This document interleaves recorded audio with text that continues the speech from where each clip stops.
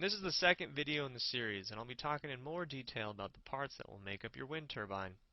The first part of your wind turbine are the three blades. The blades are what catch the wind and physically turn the generator to create the power. And to connect the blades to the generator, you need a hub. The hub is the piece that will connect your blades to the shaft of the generator.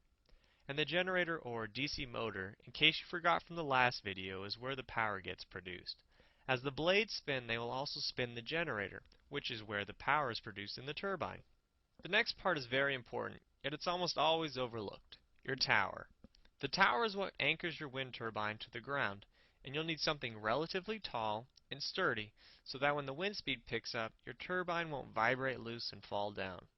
And what connects your wind turbine to your tower is the axis.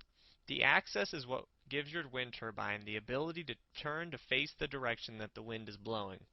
The wind turbine will rotate on a horizontal axis, just like the arrows of a compass do to point north.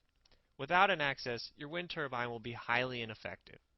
As well as the axis, your wind turbine will also have a tailpiece.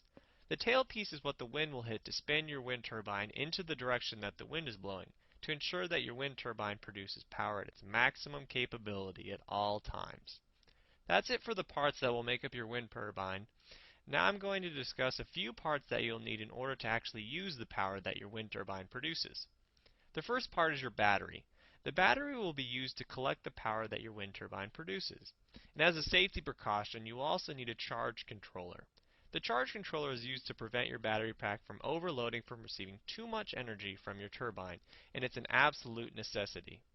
The last piece is optional, and it will depend greatly on your power needs. It's an AC inverter.